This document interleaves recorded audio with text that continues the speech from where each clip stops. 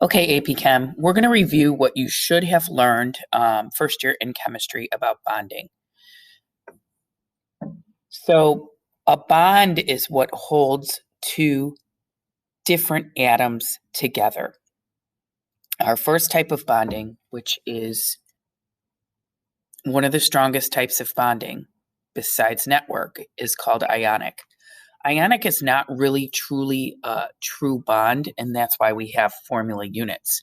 Because let's look at this ionic bonding. This is NaCl. Look at, there's lots of NAs and lots of Cls. And the combination of this NaCl is no different than the combination of this NaCl.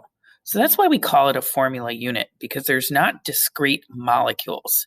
So you're just going to be representing it as the lowest ratio of atoms. For every one sodium plus one ion, there is one chloride minus one ion.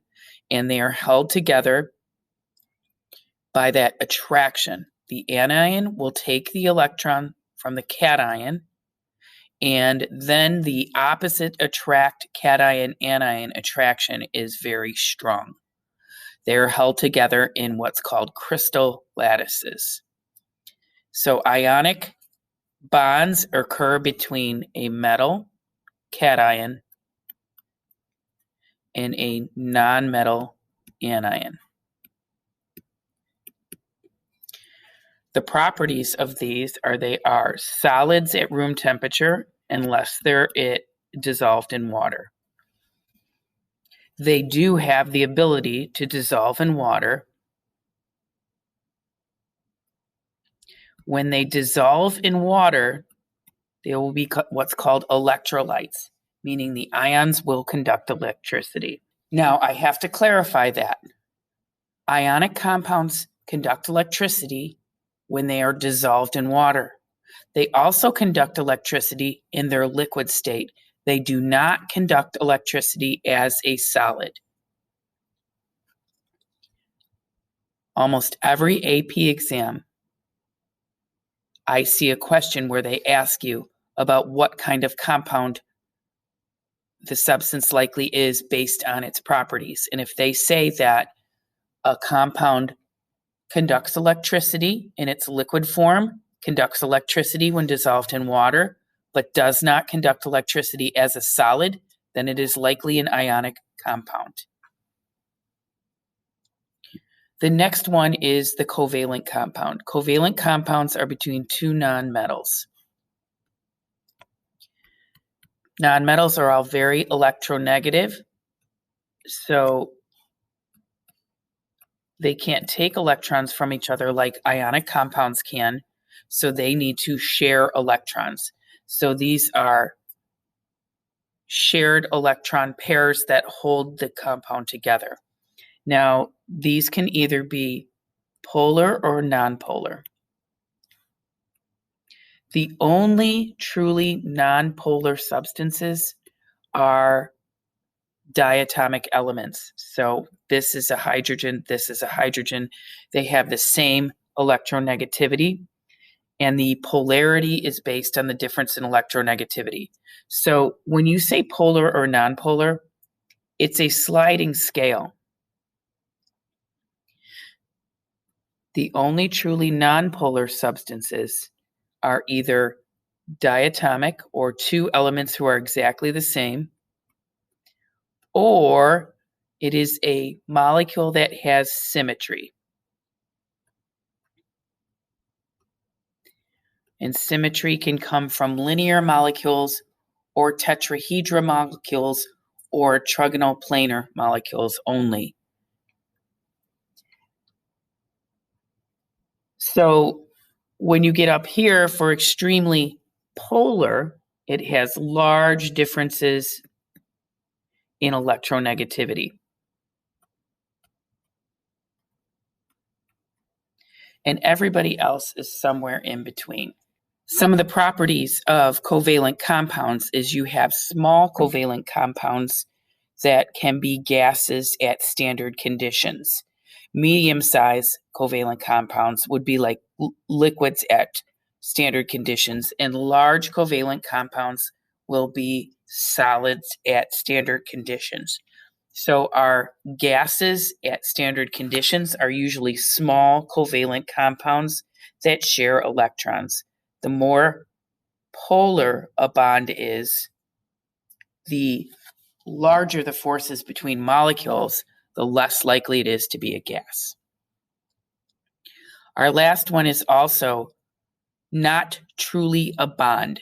A metallic bond, metals atoms tend to sit next to each other and don't really bond. So a metallic bond between a metal and a metal is not a true bond. They're considered cations in a sea of mobile electrons. So that is why metals conduct electricity, because they have a sea of electrons, and you put one electron in there, another one's going to bounce out the other side, and that's going to be the conducting of electricity. So most metals are solids at standard condition, and the only exception to that is the fact that mercury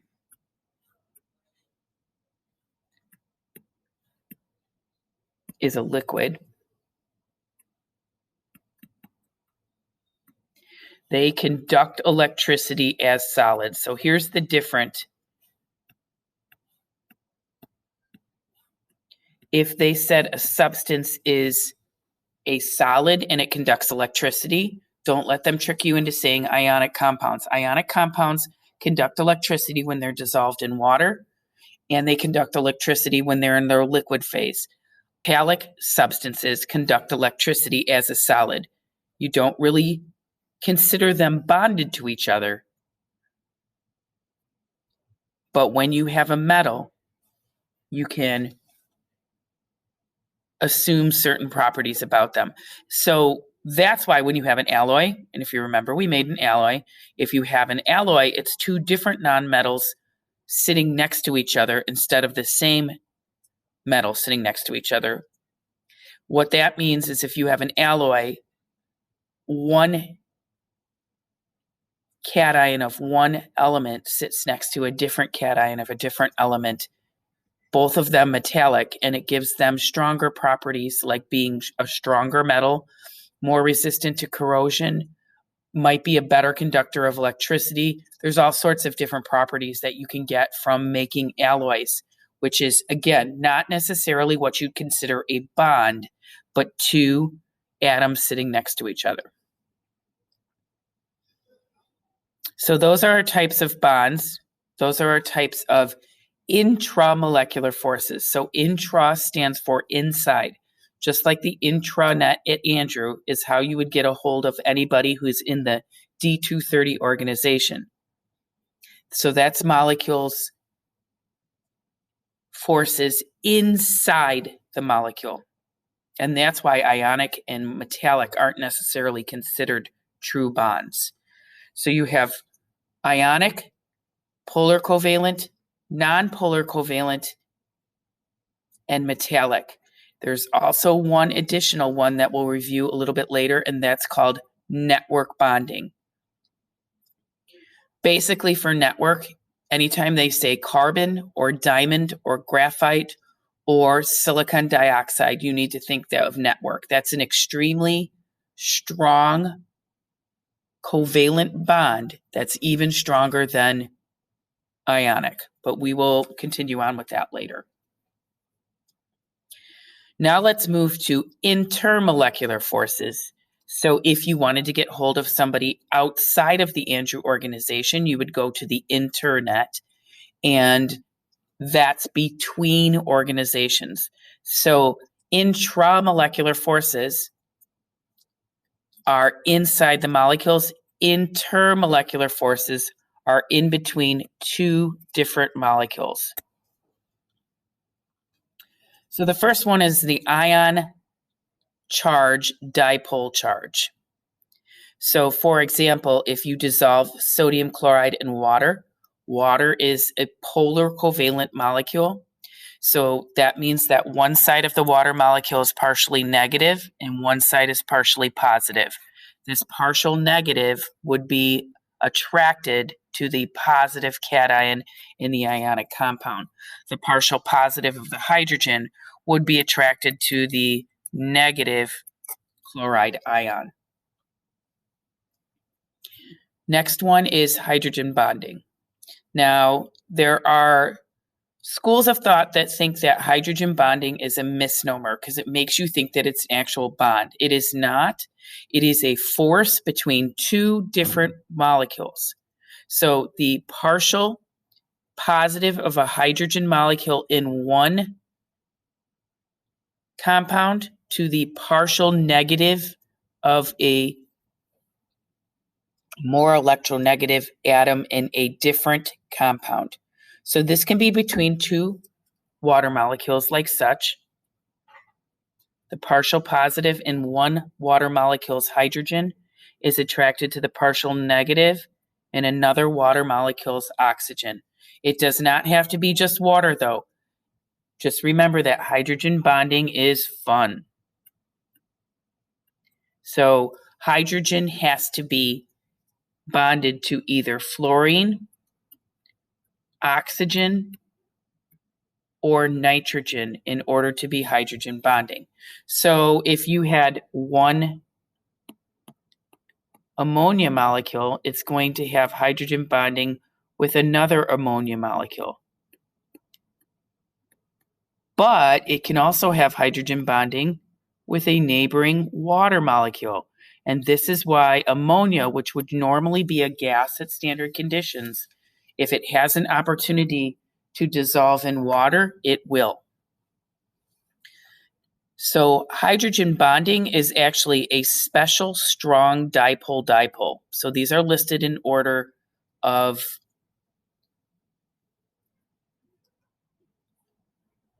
decreasing strength, like such. So strongest down to weakest. Dipole-dipole is between two polar molecules that are not hydrogen bonding. So the H in a Cl, the I in a Cl, something like that. Two polar molecules, attraction to each other is called dipole-dipole. We're going to skip over the ion-induced dipole. That's a special case that is not covered on the AP exam. And we're going to go to London dispersion forces. So London dispersion forces are forces that every molecule has. Every molecule, even if it has hydrogen bonding, also has London dispersion forces. So when you list the type of forces between two water molecules, you would say hydrogen bonding and London dispersion forces. These are a little bit different than the induced dipole. An induced dipole is when you polarize an electron cloud. A London dispersion force is when the cloud polarizes on its own. So we always use the halogens when we're trying to describe why this is. The halogens are all diatomic elements. That means that there's two atoms of exactly the same element. So we know that as we go down a family, the atomic radius increases. So as we go down a family, the size of the electron cloud will increase. And we know that London dispersion forces are a thing because fluorine and chlorine are a gas. Bromine is a liquid, and iodine is a solid. So if it wasn't for London dispersion forces, there would be no explanation for why that is. A London dispersion force basically states that the larger an electron cloud is, the more likely that you'll have an electron density on one side of the atom that will cause it to be a temporary dipole. So if you can kind of think about it, when you go into an elevator, everybody tends to spread out. But think about a small elevator. There's not really very much room to spread out. A very large elevator, you can easily spread out. But there's also the possibility, let's say everybody's trying to hit the buttons at the same time, that you'd have more people on one side of the elevator, the larger the elevator is. And that's kind of the same thing here. So London dispersion forces are forces that are between every intramolecular situation. When you're listing the forces for two different molecules, between two different molecules, always include London dispersion. So that is an introduction to the difference between inter and intramolecular forces.